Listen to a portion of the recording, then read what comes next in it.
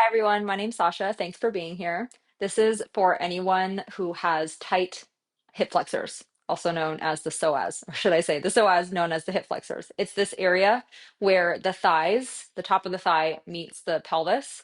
They're connective muscles and they can be really detrimental to our nervous system if they are always tight. They're known as our fight or flight muscles because if you think about when you're ready to fight or flee from danger, these muscles have that help us walk also help us run and help us stay engaged and ready to go when needed. So that signals to our nervous system that we are maybe in danger or have to kind of armor up, suit up.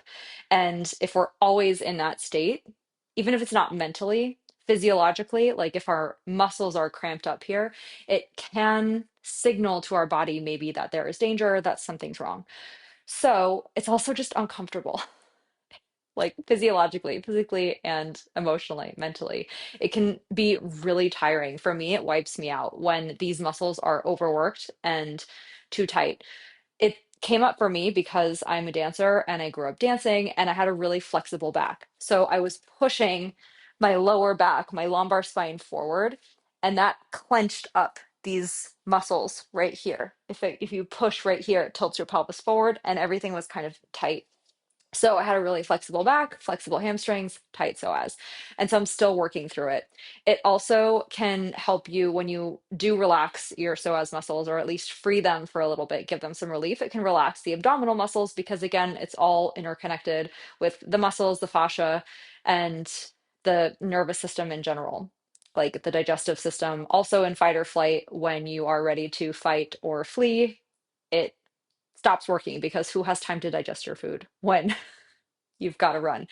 Anyways, here are 5, 6, 7 yoga postures for a tight psoas that you can do at home. I literally just came home from an appointment, threw on some shorts, and threw down my yoga mat.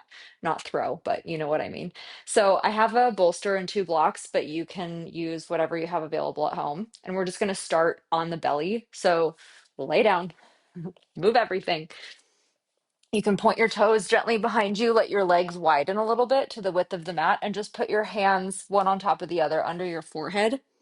So your elbows are wide, your shoulders and your shoulder blades are relaxed, and just take a few easy breaths here. We're not going to stay for long, so if you want to stay for longer, you can always repeat this video or just pause it and stay longer in the pose.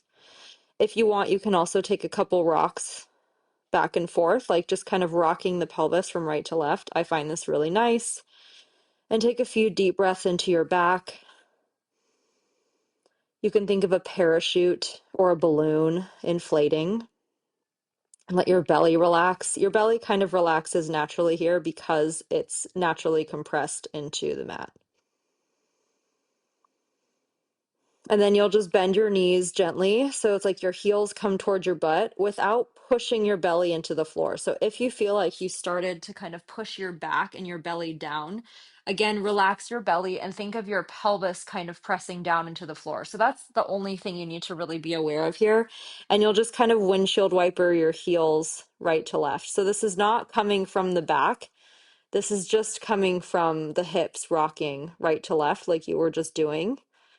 I don't have a ton of space on one side, but you can let your heels fall to however far they fall. You're not pushing anything here. It's also a nice little massage for the thighs, which are obviously also affected by a tight psoas. And then you can, again, just release your legs, relax, take a breath, rock a little bit right to left if that feels good. And you can put your hands down gently and push yourself up onto hands and knees. Just take your time. And when your shoulders are over your wrists and your hips are over your knees, you can take a cow and a cat pose a few times. This isn't necessarily for the psoas, but more so for the back. Just kind of let your spine mobilize gently. This is not to invigorate the body, but just get some space. So maybe like 2 or 3 times. And then you'll take the bolster or something about this height close by you. Or you can actually just put it right in front of you because we'll use it anyways. Put your hands down and you can step the right foot outside of the right hand. You might have to take a few steps to do that. I'm going to use blocks under my hands, and you can always remove them or you can flip them on a higher height or a lower height. So it's up to you, but just make sure that it's steady. And you're going to walk your right foot forward and your knee forward enough just so that the top of the thigh can rest. You might even need something else. You might need like a couple blankets, but it's just like a little wedge so that you're not on the top of the knee here. You're kind of more on the front of the knee. And I'm going to point my toes because that feels good to me. I'm also going to rearrange my front foot. It's easier to rearrange your back foot than your front foot. So maybe don't do what I just did. But more or less, the right knee is over the ankle. My hands are just resting on the blocks, and I'm not pushing, again, my back down. I'm rather letting my pelvis go down. So you can take a few breaths here, and I'm pushing my hands into the blocks so that I'm not sinking, but I'm just relaxing my head. You can look forward. This feels great. And you're just letting the pelvis go down and be held by the bolster. I'm going to think of like my inner thigh rolling in rather than open. And that creates a nice neutral space for the pelvis. You can also think of the belly really gently coming in and up and not falling downwards. And that will again create a nice neutral space for the pelvis in these variations. If you feel like you want to, you can also come onto your forearms here. It is a pretty big stretch. I like to keep my arms long as though I have a full floor underneath my hands where my hands are, instead of interlacing my fingers. But that's just me. I like to be equal. You can also obviously come down onto your forearms if that's accessible. This feels great. I hope it feels nice for you. When you're ready, you're going to come up, remove the blocks, also, slide the bolster out. You're not going to use it for this particular pose. Just a little slide. Put your left hand down. My right foot is forward. So my left hand is down, right foot forward. Turn the right toes slightly open, just a little bit. The knee is over the ankle still. Reach your right arm back. Push into your left hand and kind of lean yourself back a little bit. You can take a breath here. Again, you're letting the pelvis go down without pushing your lower back. So the belly just stays lightly in and up. If it feels okay for you, you can bend the left knee, this back knee, and bring the heel towards the butt. And I needed to rearrange my knee so it didn't catch the skin. And so I felt more comfortable. I can catch the outer edge of my foot here. Oh, it feels great. If you can't, don't worry about it and just stay here for a few breaths with your arm long and lean a little bit back. Relax. There's still some awareness, but you are doing your best to breathe some relaxation into your body. And you'll gently release this. Put your hand down, walk your hands a little bit back so you can bring your shin back nice and gentle, nice and gently. And you can take a cow in a cat pose if you want. Relax your back, push down into the mat. Ugh. And then you'll again take the bolster kind of in front of your knees. You can always rearrange it and step the left foot forward with as much attention as you can. And you'll rearrange so that the left knee is over the ankle. And then this is a better way to do it, or more effective. You can move your right thigh back. So if you saw that, it's a little bit easier than moving your front foot. It's more stable.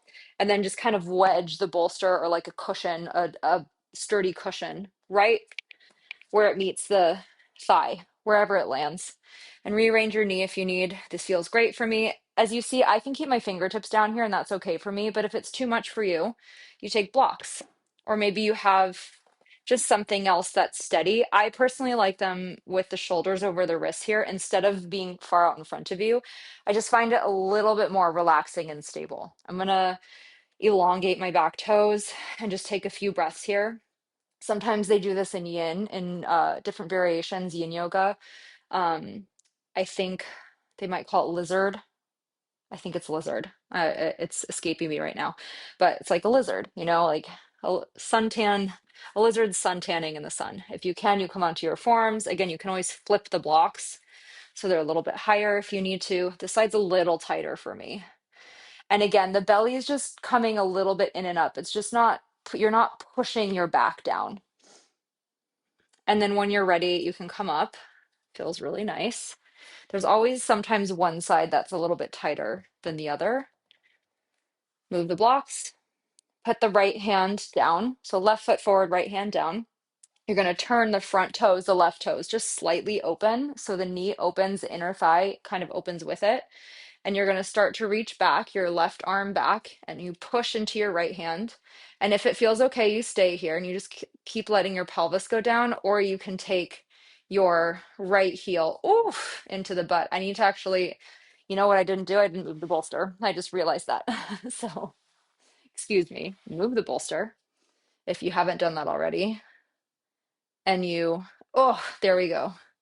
And you push into the right hand and just lean gently back without pushing this middle back or the lower back forward. So again, your belly is just lightly in. You're not like contracting your abdominal muscles, but you're letting your pelvis kind of go down, if you notice that. And you're pushing into the right hand at the same time. Woo! So I'm going to release this, put my hands down, walk them just a little bit back, and I'm going to walk my shin back. And again, just take one cow and cat pose. That was nice. Excuse my grunting. Feel free to make animalistic noises. Oh, and then I'm going to come onto my back. So just make sure that your props are nearby you because you will use them at some point. I'm just going to turn around, and come down onto the back. Again, these are just really simple poses. Make sure if you have a bun or a ponytail, you can come onto the center of the back of the head. I had to redo my hair. So lay down, relax, just bend your knees so your feet are flat and your knees can just kind of drop into your femur where the femur bone, the top of the thigh bone, meets the hip socket. So it's just like you're relaxed here. You're not like way out here in front and you're not constricting uh, you're not contracting your psoas by bringing your thighs in. You're just at ease here. And so then you'll take your feet as wide as the mat and let your knees knock in towards each other. You might have to rearrange your feet here. Like maybe they'll go mine, if mine are as wide as the mat, my knees don't really touch. So they're just a little bit wider than hip width. But I'm relaxing the psoas here. I'm not doing anything to, again, contract the muscles. I'm just letting the thighs and the hip flexors be at ease. This is called a constructive rest. You can also cross your arms in front of your chest like a hug if you want, and take a nice breath here and do the other side. If you crossed your arms, breathe in, breathe out. And then you can do what you want with your arms here. You can either open them out to the side like a T, so the shoulders are in line with the wrists, or I really like to extend my arms overhead. Rearrange your shorts if you need, and grab opposite elbows because I just like the space in the armpits here. Your head is relaxed. If your chin, by the way, is turning upward like this and your throat is open, add something like a folded blanket. My hands are a folded blanket. I'm just showing you the difference under the back of your head so that the sides of your neck and your throat is even. But again, I have my elbows clasped gently over my head here, and then I'm going to let my knees fall to the left like a windshield wiper. So again, I'm going to open them maybe as wide as the mat. Do what's best for you. And when the knees fall, oh yeah, that feels great. When the knees fall to the left, it's like a long line from the right knee to the right psoas to the right armpit to the right elbow. And this is why I like to clasp the elbows because it just creates a long, nice line and a lot of space from the knee all the way up. And relax your belly here. So again, you're relaxing your belly. You're not contracting the muscles of the abdomen at all, but there's no pushing upward. It's like a sensation of going down and wide. Like the belly is just becoming a nice, gentle pool. Just take a few breaths like this. And when you go to there is one more thing you can do here. If you want, you can cross the opposite ankle. So my knees are to the left. My left knee is the furthest knee. My left ankle can come on top of the outer right thigh, kind of where the knee is, almost, more or less, and kind of let it give it a little bit of weight and let it drop more. But again, if this kind of pushes into your lower back, don't do it. Just go back to where you were. This feels okay for me. I'm just going to relax. Let my belly relax. Ooh, I was gripping a little bit in my belly. Sometimes if you stay in poses, it helps you really notice after a few breaths, like where you're tight, where you're gripping. And then you can release that. Oh, amazing. And when you come to the other side, you're gonna change the cross of the forearms if they're crossed and let the knees fall to the right. I need to move a little bit because my couch is in the way. So make sure again that you have space wherever you are and that you've changed the cross of the forearms. And there might be one side that's tighter than the other. There might be one side that feels better. You just kind of have to be with yourself and breathe through your transitions and through your postures. So here, when my knees fall to the right, there's a nice long line from the left knee to the hip to the armpit to the elbow. And I'm breathing, I'm relaxing my belly and my ribs. So again, the ribs are soft, they're not like hardening upward. My lower back is calm. And if you wanted to, if you did on the other side, again, it might be different on both sides. You can take the bottom ankle, so in this case, it's the right one or the furthest ankle, and kind of hook it on the outer edge of the top thigh. Oof, I feel it in this one. And relax your belly and just kind of let it take the weight. And when you come out slowly. So you first remove the hooked ankle and you come back up to center. And you can end in the constructive rest if you want, just placing your hands on your belly, relaxing your knees in towards each other. So it's like they give each other the weight, and all of the muscles around the groin and the pelvis are at ease. So just take one more breath here, relax your belly. And then you'll take your feet hip width apart so the knees just point straight up again, just like we started on the back. And you're going to let the left knee fall open to the side, like a Supta Baddha Konasana shape in yoga.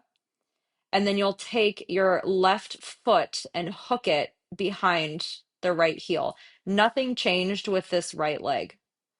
So again, the left knee is open, the top of the foot is hooking behind the right heel, and your hands can just be on your belly here and relax. Nothing changed with this right leg. So this right leg is an opening, the foot is stable, the knee is pointing up to the ceiling, and hopefully you can also let the psoas, the hip flexor of the right thigh, relax a little bit. But this is a really nice opening, again, from the belly to the hip flexor, the pelvic area, to the inner thigh and the inner knee. It also opens up the outer hip a little bit on this open leg. If it feels accessible, you'll take your right hand, so it's the opposite of the leg that's open, and you'll take the inner edge, like the big toe edge of this left foot that's down, if that feels okay. And you can see I'm rearranging my right foot a little bit too. Oh, amazing. And you can kind of just gently tuck the shoulders under you a little bit. So their shoulder blades are nicely on the upper back. The collarbones are wide. The left hand stays on the belly. Ugh, I love this one, you guys. I could stay here for many minutes, and I have, in fact. This is also something that you can do in bed in the morning. Sometimes I even do it at night when I'm reading before I go to sleep. Like if I feel like my thighs have had a long day of walking and teaching, you can do it when you wake up or just when you're relaxing for a few minutes. One more breath. Enjoy.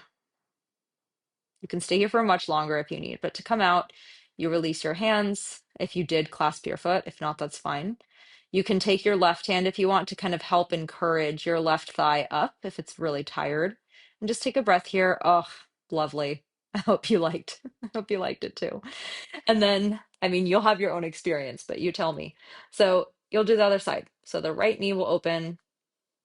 You pause. You can take then your right foot behind the back of the left foot, or it kind of hooks around the left heel, and just take a pause, take a breath here. Let your hands rest on your belly. Notice if you're clenching anywhere in this left leg. Nothing changed here. If it's accessible to you, you take your left hand and you grab onto the inner edge. You might have to kind of like squirrel around a little bit to find the inner edge of the foot where the big toe is. And then you can arrange your feet accordingly. So you can see my foot, my right foot kind of moved closer to my left butt, and that's fine. But I take my shoulders just gently underneath me. I relax my belly and I let this open. So it opens the pelvis nicely, the front of the pelvis, the inner thigh. There's so many organs also that are affected by these groups of muscles, especially like the pelvic and the digestive organs. So if you have pelvic or digestive pain, You can do this posture and the other ones in this video and just see how you feel. You really have to assess for yourself. There's no like cookie cutter program that's going to be perfect for every person. So part of this practice is really just being aware of yourself, of how you feel physically, mentally, emotionally. So just take one more breath here. It's also really about discerning pain from discomfort. So come out slowly, because sometimes if there's intense pain, obviously we need to readjust. If there's discomfort, sometimes we just need to learn how to breathe through it as best we can, and it will change over time, like it will change depending on the day. So you always take a few breaths when you come out of a posture. And we'll take one more. So you can roll over to the side to find, actually, I don't even need to roll to the side. My bolster's right here, so I can just slide it. Great job. I knew that was going to happen. That's why I set myself up. So my bolster's to the side. There's a lot of variations of this pose, but we're just going to do a soft one today. And you'll notice that maybe you'll notice, I did not move my head the entire time I was on my back. So hopefully those instructions were clear enough to not move your head. But ideally, you're just looking up at the ceiling, you're gazing over the tip of your nose, and your face is relaxed at ease, and your neck and your head are neutral. So here I can look at the camera now because I'm just laying down easily. But in the poses, do your best not to turn your head. So here I am again with my knees over my ankles. I'm going to lift my hips up and slide the bolster underneath. Whoop. Maybe you have a couple cushions or some folded blankets. You can always use a block here, but again, we're just going for softness today. So I'm not moving my head. My hands are on my belly just for a moment to just relax it. And the bolster is under my pelvis. It's not in my low back and it's not just on my butt. It's really like under my sacrum. And I'm just gonna put my hands to the side and then tuck again my shoulders under me a little bit more. Just a slight amount. So it widens the collarbones and it's almost like the shoulder blades are kind of gently pressing the chest up, but it's natural, it's not forced. And then I'm just going to extend one leg. So I'm going to extend my left leg first, almost like the width of the mat. Oh, amazing. And I'm going to just flex my foot gently.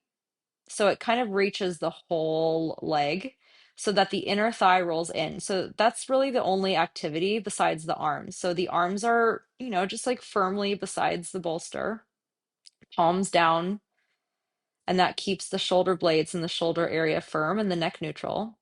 And this left leg is long, so it's not rolling open and it's not rolling completely in. It's just neutral, which means sometimes that you kind of have to roll the inner thigh a little bit in so that the toes point up and you're on the center of the heel. And relax the belly. And this alignment for me is important for my students that I teach because it helps create this neutral space for the pelvis to relax, because when it's neutral, it's just naturally more at ease because it's not working to stay external or internal. It's just, and sometimes you do have to work actually to find a neutral space because often one hip or one leg, one thigh is more flexible than the other or stronger than the other. So you'll bend this knee gently and take the other side. Like soccer players or not, soccer is American, but football, European football players often have a leg that they kick with. And so sometimes there's one psoas, one hip flexor that's definitely more developed than the other. But that's why in practice, you kick with both feet. Take a few breaths. So again, you're extending the leg just gently. It's not like completely contracted, but maybe the muscles are a little bit engaged of the thigh to press it down. So there's a downward sensation. If you have a weight, you could even put a weight on the top of the thigh to just bring the weight down without having to really like do so much muscular effort. But there's just enough effort so that the thigh is more or less neutral. So you're extending through all sides of the leg as gently as you can. So there is a little bit of effort, but you're letting the belly relax. Relax the back too, so you're not pushing the back upward. And then if it feels okay, you can extend the other leg and just stay here for a few breaths with the legs maybe a little bit closer together, but they don't have to be touching. They can definitely be wider than the width of the hips. So again, there's a little bit of effort in the legs and the arms. I'm pressing down into the arms. I'm pressing the inner thighs down and I'm relaxing the belly. Just take one more breath like that. There are poses where you disengage the legs, and we can do that for a moment here. There's also poses where the pelvis is on a block, but again, today we're just going for something a little bit softer. And then you can just be at ease in the legs. Whew, just relax them for a moment. If you feel like you're nicely on top of your shoulders here, you can just kind of X your arms. They don't have to be over your head, but you're just kind of like draping over the bolster here. And you might notice that one leg rolls a little bit more open than the other. Like that's my right leg for me. So that's why in the other shape that we were doing, we were extending the leg to find a neutral leg because it helps just neutralize also the muscles of the leg, of each leg, and helps cultivate as much equanimity as possible, muscularly, physically. Sometimes even it helps to cultivate a little bit more mental, emotional stability when the body is a little bit more equalized. Just take one more breath here like this. Relax the belly, relax the thighs, and you can gently put your arms back and bend one knee and then the other. And then you'll slip the bolster out just for a moment. And again, oof, just come onto the pelvis. Just gonna slide the bolster to the side and stay here for a moment. Do nothing. Two more things. You're gonna roll onto your belly. Well, I guess this is the last thing before final rest. You're gonna roll right onto your belly here and put your hands. You can interchange these. This is just like a little simple sequence. You can put your hands under your forehead again, like we started. We're gonna finish like we started. And this is only if it feels accessible after everything we've done. You can also do this before before the pose that we just did, and do the pose that we just did with the pelvis on the bolster last. But for now, just because I feel like maybe we're a little bit more open now, if it feels okay for you, you're going to put the head down on the floor, or you can roll the mat a little bit just to put the forehead on something so that the nose is free. Yeah, this feels good to me. And you're going to take your hands back like you would do a shalabhasana, a locust pose, but they're, they're a little bit active. So the shoulders can lift a little bit, and you're going to bend your knees, heels to butt. And maybe this is not going to work for you and you're just going to stay where you are. I personally can grab the outer edges of my feet. Maybe you might have to do it one at a time, but I can do it at the same time. But here's what is going to happen. You're not going to lift your head. You're going to bring your heels behind your butt, lift the shoulders a little bit, and just press the pelvis down into the mat. This is something that I like to do personally. So there is a little bit of activity. You're pressing the pelvis down into the mat. You can bend the elbows a little bit, but relax the belly and the back. So when I say press the pelvis down, it means like there's a weight on the sacrum and it's moving the pelvis down so that you're not taking this pose from your back. Just take one more breath here. I personally like this. It works for me. And release. You can also, if you can't reach your feet, you can take a strap around it. Whew.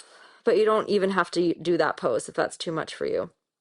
And because we're on the belly, we're just going to roll right onto the back. So I'm going to unroll my little forehead pillow. I'm going to roll onto the back, and I'm going to take the bolster right under my knees. So that's why you can also do the other pose that we did with the pelvis on the bolster right before this pose too. And I'm just going to find a place. Oh, great. Where the bolster is under my knees. It's a little bit under my thighs because it's wide. I'm going to let my feet widen, maybe like the width of the mat-ish, just naturally. I'm going to bring my arms by my side and tuck my shoulders just a little bit under. Make sure my pelvis is equal on the floor so I'm not like tucking it like Pilates or pushing my ribs up. Everything is just at ease. And I'm going to let, again, my thighs completely relax, my psoas relax in this pose. And I'm just going to close my eyes for a few breaths. So you can close your eyes with me here. My arms are just open enough so that they're not touching anything. My palms are turned up. It's an act of surrender. Relax all of the muscles of your face, neck, shoulders, arms, chest. Relax the belly, the ribs, the pelvis.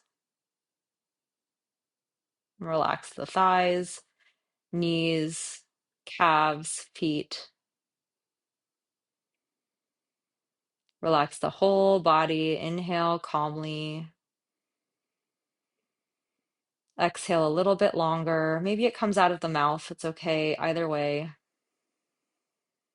You can do that a few more times if you like, or just slowly come out with me. So 1 foot at a time, you can put it on the bolster. And reach your arms alongside of your ears, and you can roll over onto the right side of the body. Just bring the left hand in front of you. It's just a transition. So when you push your left hand down, you can come up to sit. Just roll the bolster to the side, come to a seated position. And if it feels natural for you, nice for you, you can just close your practice by placing your hands together and thanking yourself for taking the time for yourself to show up today.